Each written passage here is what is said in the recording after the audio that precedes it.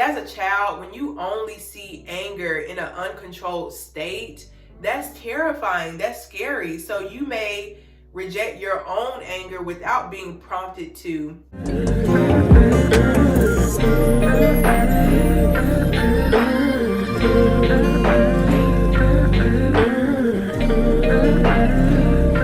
Hey everyone, welcome back to my channel. I am so thankful y'all are here.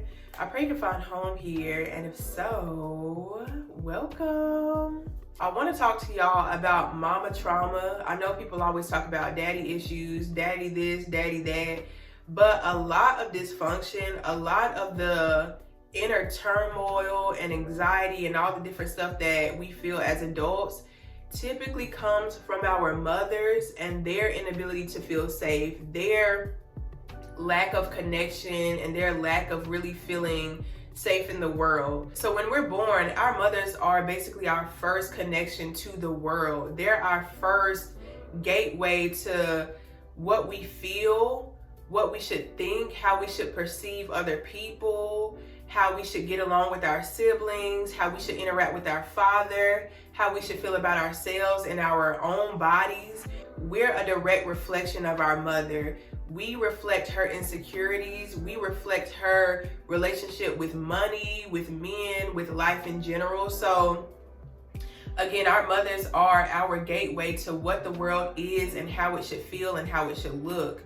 So when we have a mother that's unstable, unsafe, mentally ill, or she's just dealing with trauma herself, she can put those burdens and those fears and anxieties onto us unintentionally, maybe intentionally, but either way, she dumps whatever she feels onto us, and that causes us to see life not through what it really is, but through what she's seen in her lifetime, or even what she believes she's seen in her lifetime. Our mothers are really, really important, and in this video, I want to go over 10 characteristics, 10 signs, 10 traits, whatever y'all want to call them, that you grew up with an unsafe mother. So the first sign is that interpersonal exchange, socializing in general, it feels draining to you. And this is because if you grew up with an unsafe mother, you were taught that there is a very thin line, a very specific way to think, behave,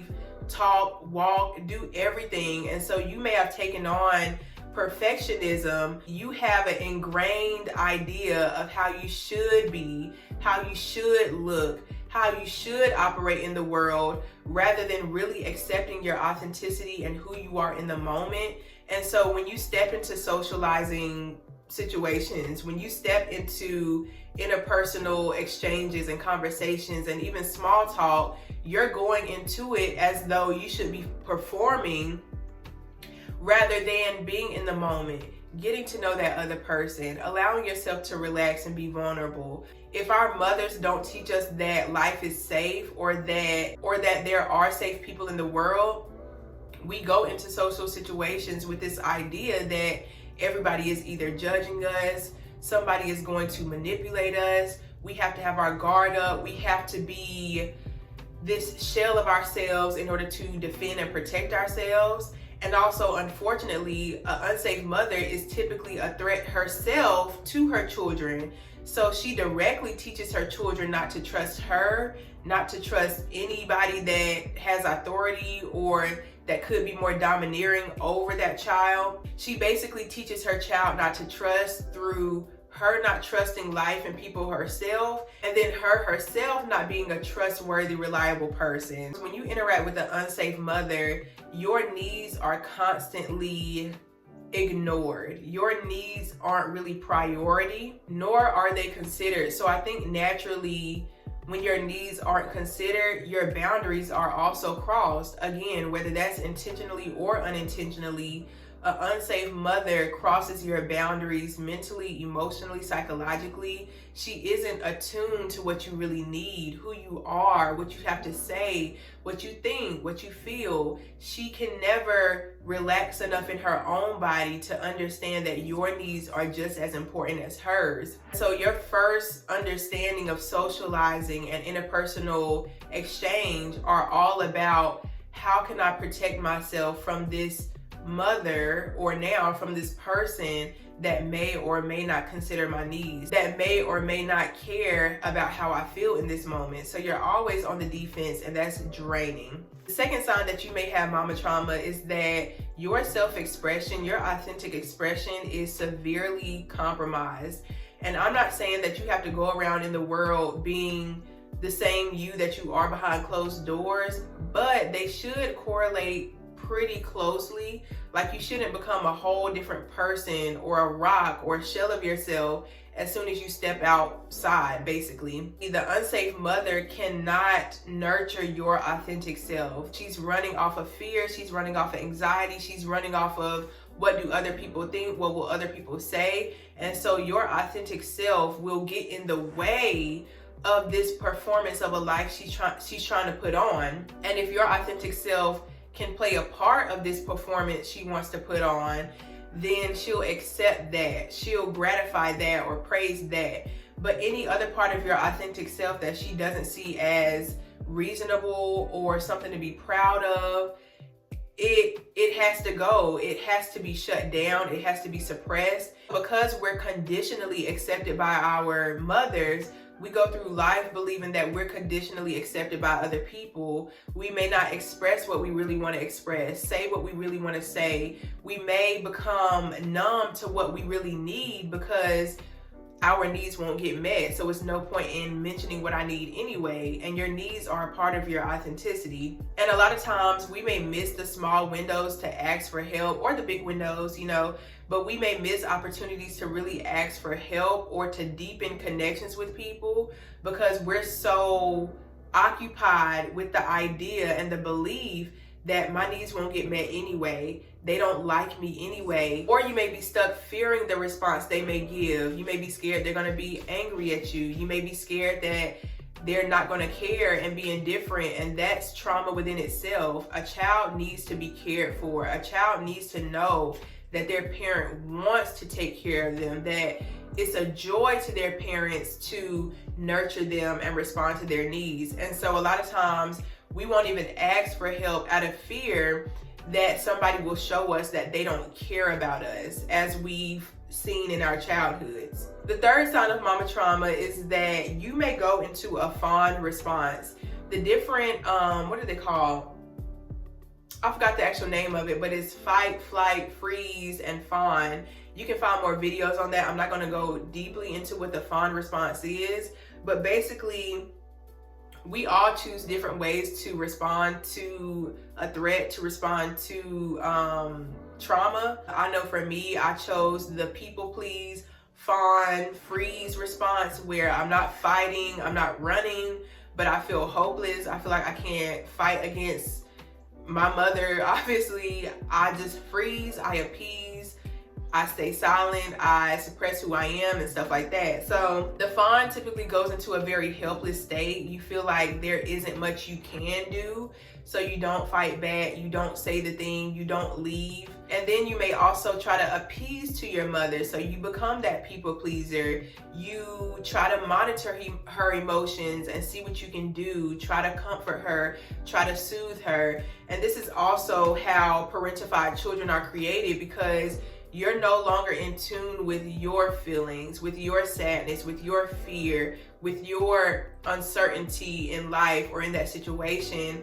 You're now becoming the parent to your parent and trying to guide her through her feelings. You're trying to soothe the rage or the depression or the sadness that your unsafe mother may be feeling. And so you completely dissociate or ignore your own needs and go into that fawn or people-pleasing response. The fourth sign that you struggle with mama trauma is that you struggle to assert yourself, especially in disagreements, when you're offended, or when you notice inconsistency in others that should be questioned, or really in general, when you notice things that should be questioned in other people.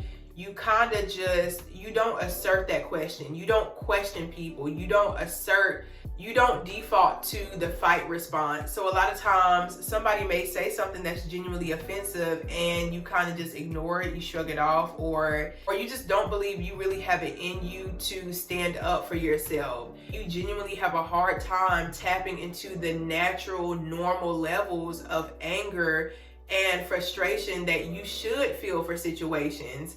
And a lot of times this is because the unsafe mother teaches the children that their anger, their frustration, their irritability, their whatever negative emotions they may experience aren't allowed, aren't acceptable. You should never be angry at your mother. You should care more about this. Everything except for genuinely just experiencing and expressing your negative emotions. You're basically taught that your negative emotions should never be seen, should never be heard, and you just need to operate on this very fake level of positivity. And they basically teach you to reject any negative feelings, but at the same time, the unsafe mother presents a lot of negative feelings and a lot of big negative feelings at that. So it becomes very confusing. You see the hypocrisy, and even that's confusing in and of itself, but you learn to never question, never defend yourself, never get angry or irritated yourself.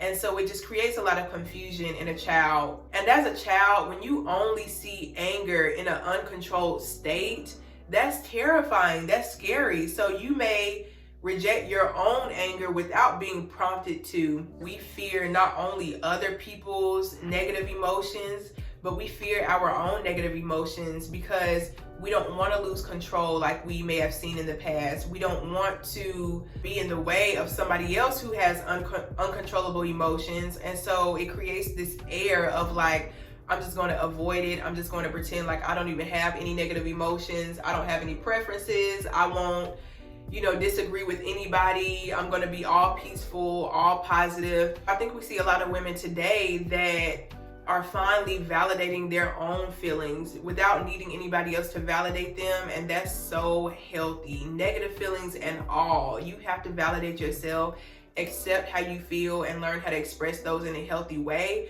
so that you don't become a rageful mother or a rageful father or just a rageful person in general. You have to express those emotions healthily. The number 6 sign you may grow up with with mama trauma is that you may physically shrink yourself when you perceive threats similar to the unsafe mother. So whether that's characteristics in your boss, whether your partner starts to show different signs or behaviors that feel similar to the control your unsafe mother had you under, or any situation that reminds you of being that inner child, you may physically shrink yourself, like your literal body, and constrain yourself to a point where you start to get mental illnesses, you start to get more headaches, you start to have more back pains, and you start to literally shrink yourself because when you were younger, you mentally may have had to suppress yourself,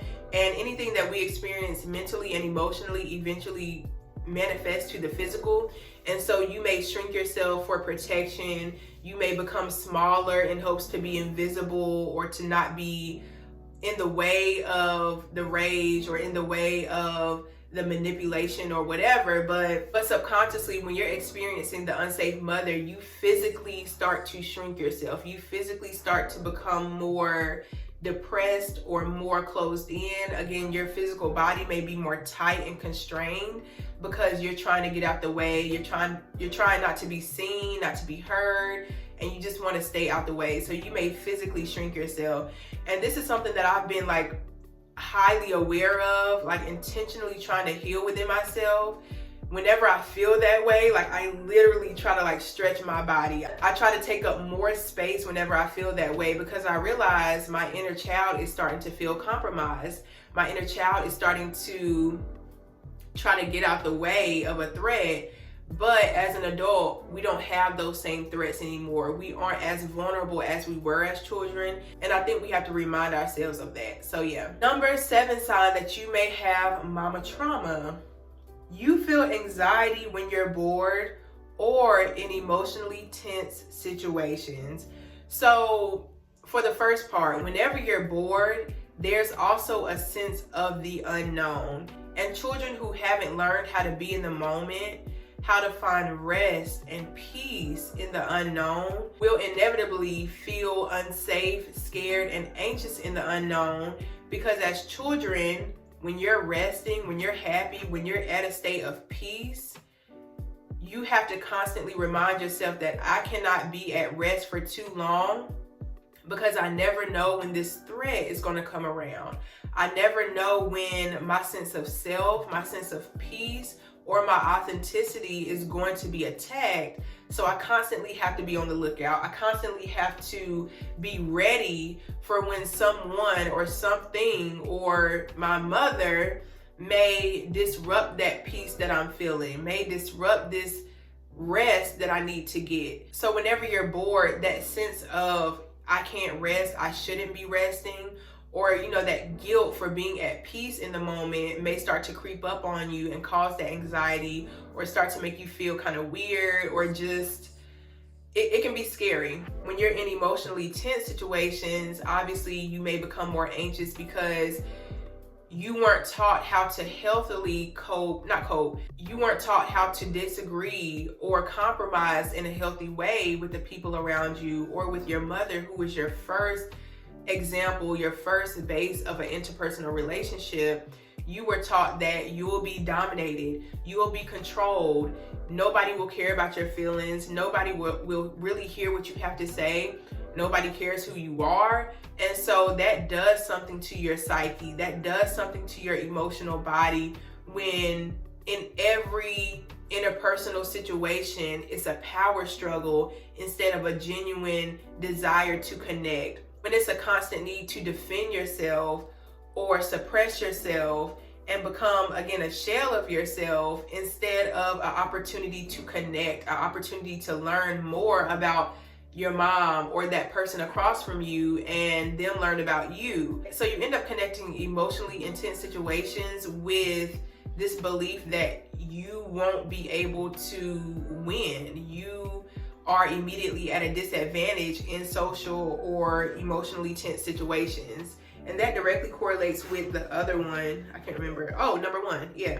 So the A sign that you grew up with a unsafe mother or mama trauma is that you have a constant feeling of being alone or being detached from yourself. Again, our mother teaches us how to feel our emotional body. She teaches us that we're safe in the world, that there are people who want to get to know us, that want to satisfy our needs, that want to show up for us.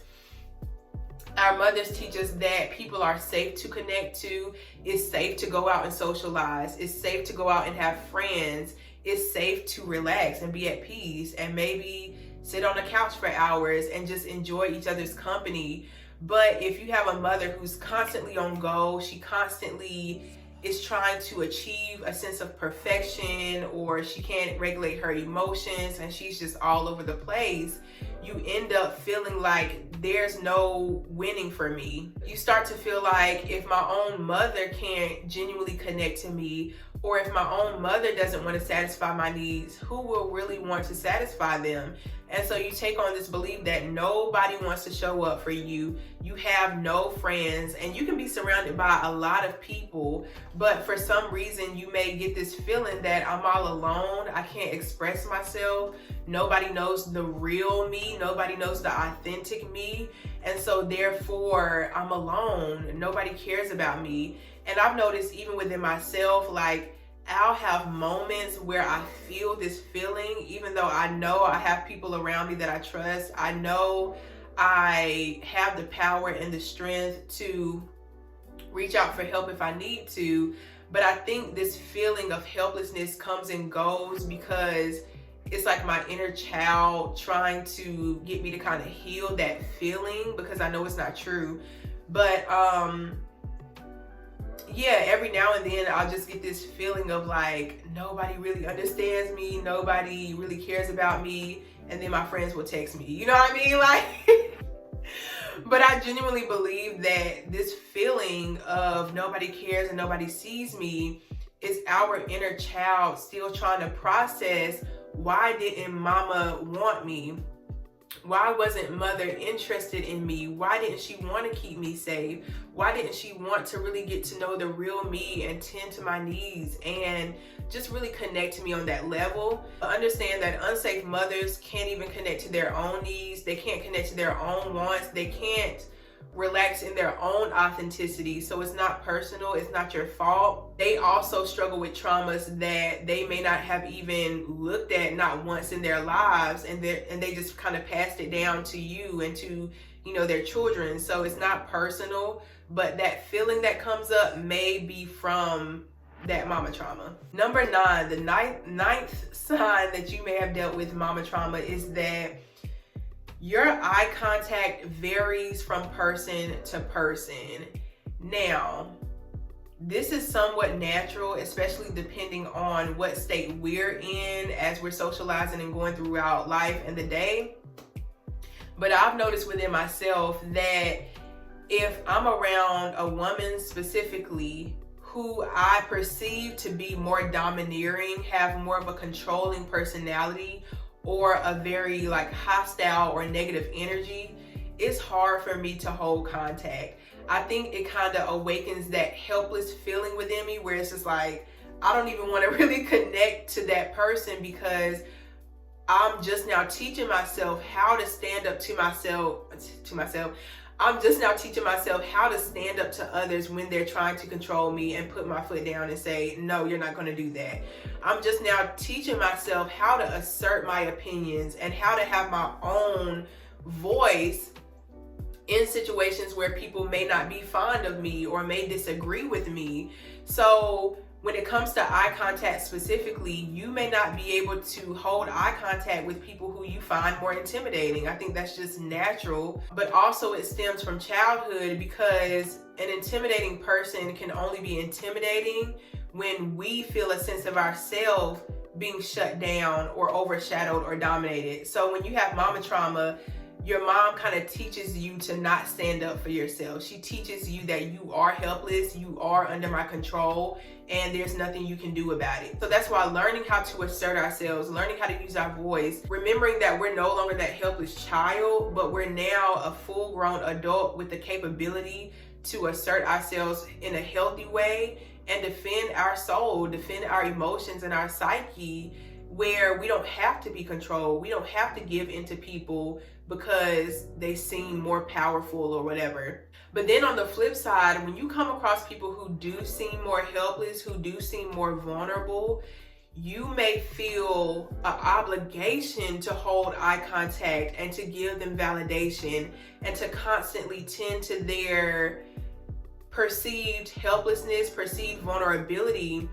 Because with mama trauma, with the unsafe mother, I think she kind of fluctuates between two personalities where it's like either she's completely helpless and she needs you to soothe her, or she's controlling and rageful and scaring the shit out of you. Excuse me, I don't even cuss on this channel, but I gotta cuss right now. She fluctuates between those feelings. So you're either terrified of her, pulling your gaze away, or you're codependent and enmeshed with her, trying to help her soothe and calm down, and you're trying to rescue her as a child. So now as an adult, you may struggle with eye contact depending on the situation, and it's kind of weird. I'm not gonna lie, it's a kind of weird circumstance, but that's something that I noticed within myself. And lastly, number 10, I'm so thankful to be on the last one, y'all. I'm tired of talking. I ain't even gonna lie. I'm tired of talking. We at 31 minutes, but I'm happy to make this video because I just love sharing with y'all the things that I'm noticing because it helps y'all. So yeah, the 10th sign that you may have mama trauma is that positive emotions like happiness and rest are fleeting because you are taught to perceive life anxiously. And this goes along with number 7, where you may feel anxiety when you're bored because you learn from childhood that positive feelings, being able to rest, being able to truly enjoy the moment isn't a thing. You shouldn't be able to enjoy the moment. You shouldn't be resting because that makes you lazy. You shouldn't be happy because there's always something to worry about. You should never be too positive. You should never be too you should never enjoy how things are going too much, because the unsafe mother will always have something to throw on you. She's constantly anxious. She's constantly fearing something, or worried about how people are judging, worried about how people are perceiving her. And so she may be a workaholic. She may chase certain dreams, chase certain goals that she can never seem to achieve, because she finds not peace, but she finds safety in the chase. A lot of unsafe mothers find safety in the chase, in the go, go, go, in the moments where she isn't sitting down, because when she is sitting down, she feels that anxiety. But if you don't know how to deal with your anxiety, if you can't admit to yourself that me feeling anxiety at rest is not normal, it's not okay, and it doesn't feel good, if you can't admit that to yourself, then you're just going to keep resorting to go mode and doing all these things, burning yourself out. And unfortunately, for a lot of unsafe mothers, that's the mode that they were in all the time. Again, if they weren't doing things to ignore their anxiety, they were doing things to appease to how other people would judge the family. And so the unsafe mother doesn't know how to relax, because relaxing genuinely does not feel good for her. She doesn't feel safe relaxing. She doesn't feel safe in the unknown. The unknown is always scary because of maybe the trauma that she went through as a child. So she's always trying to occupy her mind. She's always trying to get away from the uncomfy feelings that she may be feeling, because they're uncomfortable. Like, let's face it, healing is not comfortable. And a lot of our mothers didn't have that awareness that, oh, I should heal this, or there's another state that I can be in other than anxiety. A lot of our mothers didn't realize that they could and should feel happy. So I really hope all these qualities made sense. If you resonated with anything, understand that awareness is the biggest step. Being aware of how our parents affected us, how our childhoods affected us, is such a huge step in healing. And I'm just thankful to be on this journey with y'all. If you made it to the end of this video, thank you, thank you, thank you. And I will see y'all in the next one. Bye.